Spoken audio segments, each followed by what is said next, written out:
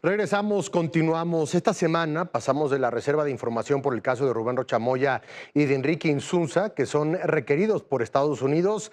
Pasamos por el presunto operativo del FBI en territorio nacional para detener al Mayo Zambada y muchas versiones sobre lo que ocurre en la relación bilateral. Para analizar, para platicar de este tema desde el punto de vista político, le doy la bienvenida a Federico Doring, diputado federal del PAN. Querido Federico, ¿cómo estás? Buenas noches. Bien, buenas noches. Bienvenido, gracias por acompañarnos. Y también, por supuesto, a Carlos Mancilla, diputado federal del PRI. Querido Carlos, ¿cómo estás? Muy buenas noches. Buenas noches, Juan Pablo. Muy contento de estar aquí con tu gran auditorio. Bienvenidos a ambos. A ver, más allá también del análisis político, el punto de vista de ustedes con respecto a lo que viven todos los días con Morena, con este partido político y sobre todo, comienzo contigo, Federico, la férrea defensa de Morena respecto a este caso. Tenemos una fiscalía que no ha hecho absolutamente nada. Tenemos una fiscalía que a lo largo de ya varios años no ha podido recabar una sola prueba. Y tenemos un partido político que se hace de la vista gorda de manera obvia y abierta, en un sentido de decir, no queremos y no vamos a investigar. Sí, yo diría que vivimos una esquizofrenia política. Estamos peor que cuando empezó. Cuando empezó la presidenta a no colaborar, el pretexto eran las pruebas. Ahora ya ni siquiera exige pruebas. Ahora ya exonera abiertamente. Ya pasó de una neutralidad cómplice a un cinismo de impunidad. Déjame ponértelo así. Esta semana, el Mayo, ya aceptó la cadena perpetua. Sí. O sea, el Mayo ya se sabe derrotado en la corte. Ya tuvo que entender que se va a morir en una cárcel de Estados Unidos. Está suplicando que no tenga la de altísima seguridad de Colorado, donde está el Chapo. Cuando tú ves que estos mexicanos que nos arrebataron la paz y la tranquilidad ya están resignados a que no se van a salvar de la justicia de Estados Unidos y que la presidenta, en vez de entender eso, se recalcitre en la defensa de sus narcos del bienestar, porque hay una gran hipocresía. Termino con esto. Cuando los 92 narcos que había que mandar te iban a decir pecados y delitos con políticos y militares corruptos previos al 2019, por supuesto que vayan a cantar a las Cortes de Estados Unidos. Pero cuando lo que tiene que discutirse en las Cortes de Estados Unidos es a partir de delitos y complicidades de esos narcos iniciado 2019 y lo que es Morena, ahí sí se acabó la colaboración. ¡Qué coincidencia! Porque, Carlos, claramente es un entramado que se quiere ocultar. Es un entramado, y me refiero a un entramado en donde hay muchas ligas y líneas de una clase política involucrada, según los señalamientos de Estados Unidos, con un caso específico que es Sinaloa. Sinaloa, un caso que lleva en guerra más de 2 años, en donde siguen los desaparecidos, en donde siguen los muertos. Y aquí lo que importa es la política, la seguridad, lo que suceda. Eso queda en un segundo plano. El tema es defender la marca y defender el partido de Morena. Sin duda. Y el tema es que no solamente es Sinaloa. Hablamos de Tamaulipas, de Michoacán, de Guerrero, de Chiapas, de muchos estados de la República en donde se ha vuelto de manera sistemática esta protección por parte del Estado a estos cárteles del crimen organizado. Lo que vemos hoy es que sin duda el gobierno de Estados Unidos ya ha señalado, como bien sabemos, específicamente actores claves en la vida interna de este narcopartido. Y hoy lo que hace el gobierno de México, lamentablemente, a través de la presidenta y lo que ha dicho en las mañaneras, en los canales oficiales del gobierno, es exigir pruebas. Pero yo veo muy endeble esta defensa de parte del gobierno mexicano en decir pruebas, pruebas, pruebas. ¿Qué van a hacer el día en que el Departamento de Justicia de Estados Unidos, el FBI, la DEA, les presenten las pruebas? O el día en que estos narcos que están de aquel lado empiecen a hablar y a señalar a estos narcopolíticos, no van a poder sostener esa narrativa. Lo que pasa cuando las narrativas no se sostienen en la realidad es que la realidad los ataca tarde o temprano y eso es lo que va a terminar sucediendo lamentablemente para nuestro país porque eso enrarece nuestra relación con nuestro principal socio comercial y no solamente eso, nos exhibe como un país, como también lo fue Venezuela y Nicolás Maduro, en el que lamentablemente estamos viviendo en un narcogobierno. Federico, ¿qué te preocupa de la relación bilateral México-Estados Unidos, retomando un poco lo que dice Carlos? Tienes el tema del TEMEC, que no fue confirmado, sino que se tendrá que renegociar prácticamente cada año. Tienes el tema así de los señalamientos.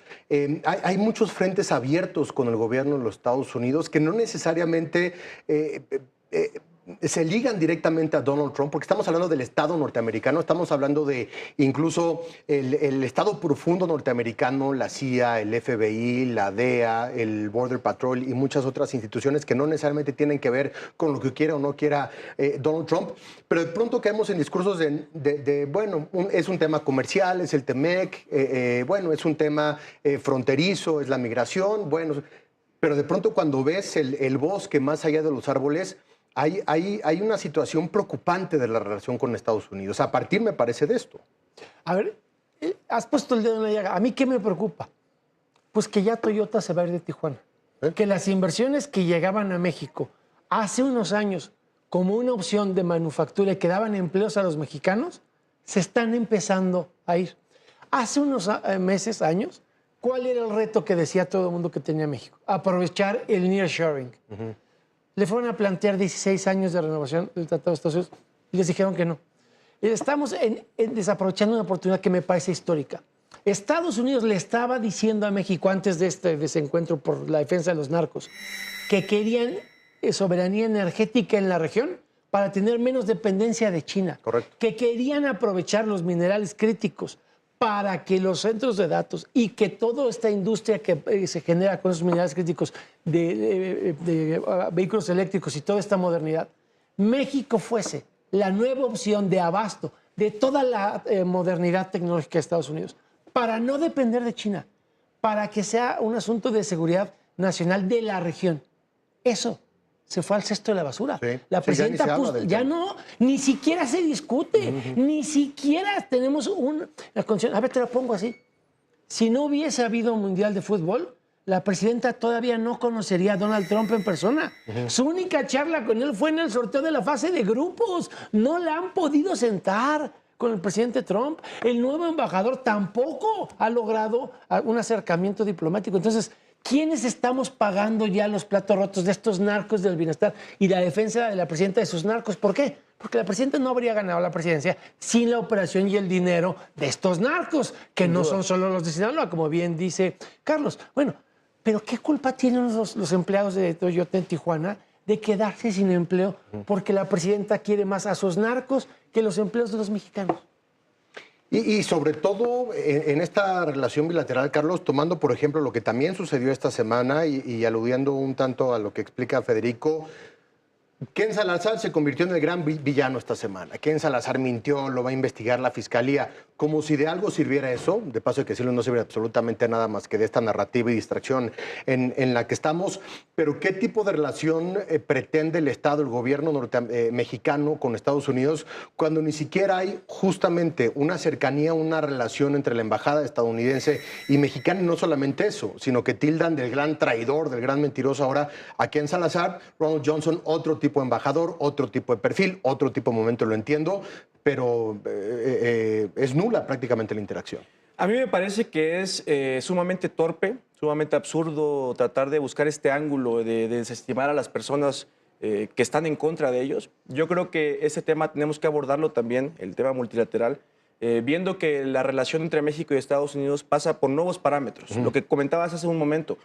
Anteriormente se dividía la parte comercial de la parte de políticas públicas y seguridad, eran dos temas que se abordaban de manera distinta. Hoy el presidente Trump lo está haciendo en un mismo canal.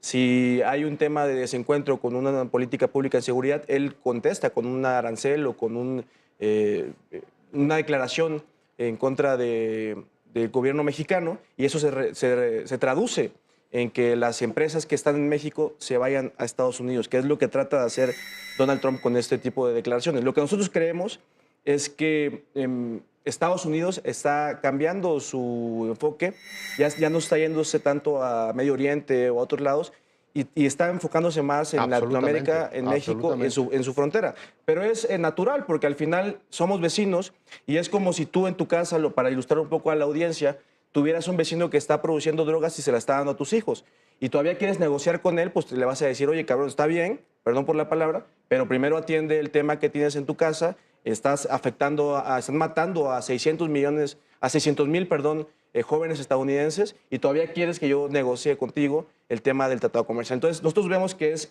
muy importante esto. Cuando estuvimos en el gobierno, firmamos los 2 tratados comerciales en el PRI, en el 94 con el presidente Salinas y en el 2018 con el presidente Peña Nieto, y hoy estos narcopolíticos de Morena no tuvieron ni siquiera la capacidad de renegociar que fueran a 16 años, y Estados Unidos nos pone una revisión del tratado comercial cada año, que sí es importante porque da incertidumbre a los mercados y eso evita que haya mayor inversión en nuestro país. Federico, lo podría plantear en otros términos, pero lo voy a decir de esta manera. Lo temerario que resulta un gobierno, como es el actual gobierno mexicano, de saber que tienes el pie en el cuello de México a partir de lo que está sucediendo en la relación bilateral México de Estados Unidos, y preferir la defensa, la marca y el legado de Morena, Andrés Manuel López Obrador, al bienestar de México. No podemos autoengañarnos y decir que podemos sobrevivir sin Estados Unidos. Obviamente, desde el 94, desde el Tratado de Libre Comercio, las cosas cambiaron, y cuando se genera y se da ese acuerdo comercial, y no quiero centrar la conversación sobre el acuerdo comercial, pero cuando se da ese acuerdo comercial, México pasó y se integró a una cadena productiva comercial muy distinta que le dio también otra proyección ante el mundo. El saber que pones todo eso en peligro, en intercambio por la defensa de un partido político, de una marca política, de un personaje político, me parece, por decirlo menos, es temerario del gobierno mexicano. Yo te diría que es mafiosamente temerario. A ver, te voy a poner un ejemplo de lo que has puesto, Carlos, de lo que has dicho tú. ¿Qué hizo Morena? Morena aprovechó la apertura energética para poder importar nosotros combustibles más baratos. ¿Para qué? Para que los mexicanos compráramos gasolina más barata, para que los mexicanos pudieran escoger entre gasolina y diésel más barata que la de Pemex. Sí. Para eso se hizo la reforma energética con Peña Nieto. El tratado comercial debe ser para sacar lo mejor de entre las dos naciones. Los narcos del bienestar aprovecharon esa reforma energética para volverla huachicol fiscal. Obviamente un estadounidense te va a decir, si vas a usar mi gasolina barata para montar tus laboratorios de fentanilo, para comprar los drones con los que haces sobrevuelos en mis bases militares como la del Paso, si vas a usar mi petróleo para armar a tus narcos, pues entonces te voy a dejar de vender petróleo. México tiene una dependencia muy importante de la que no se pondera con Estados Unidos. 60% de nuestros combustibles son importados. El 85% del gas natural con el que se genera energía eléctrica en este país viene de Estados Unidos. Un desencuentro con Trump que nos empieza a dar el trato que le da a Cuba de si vas a usar mis energéticos para tus narcos y enriquecer tus negocios con los narcos, le pongo un arancel a eso o te restringo el suministro de... Y entonces ya no va a ser solo Toyota. Toda la economía mexicana se puede colapsar porque a la presidenta y al capo de la chingada solo les importa lo que se robaron. Lo que les importa no es Rocha. Lo que les importa es que el hijo de ya sabes quién y el capo de capos no terminen en las cortes de Estados Unidos. Eso es lo único que le importa hoy día a la presidenta y al mafioso que vive ahí en la chingada, que no es una grosería, es como le puso a su finca. Es correcto. Para ir terminando, nos quedan 2 minutos. Carlos, ¿qué tanto le puede afectar a Morena? ¿Qué tanto le afecta a los políticos de Morena este tipo de acusaciones y este tipo de señalamientos, tanto en un sentido electoral como en un sentido de gobernabilidad? En caso de que lleguemos a esos niveles, cuando comienza ya una crisis importante energética, obviamente se cae el teatro, pero mientras tanto y eso no suceda, ¿afecta de alguna manera las posibilidades, la permanencia y la gobernabilidad de Morena? Nosotros creemos firmemente, Juan Pablo, que Morena está implosionando, que este es el principio del fin de este narcorrégimen. La gente nos lo dice en la calle, lo escuchamos todos los días, están hartos y hartas la ciudadanía de vivir en este narcogobierno de inseguridad, de ver cómo sus hijos salen a la calle y tienen la incertidumbre si van a regresar vivos, en donde en este país la principal causa de muerte de jóvenes es el asesinato. Es algo que no podemos normalizar, Juan Pablo, y que el auditorio lo sepa, porque estamos viviendo números y estadísticas más preocupantes que países que están en guerra. Eso es una traducción de que los capos de la droga, los capos del crimen organizado están enquistados en el gobierno.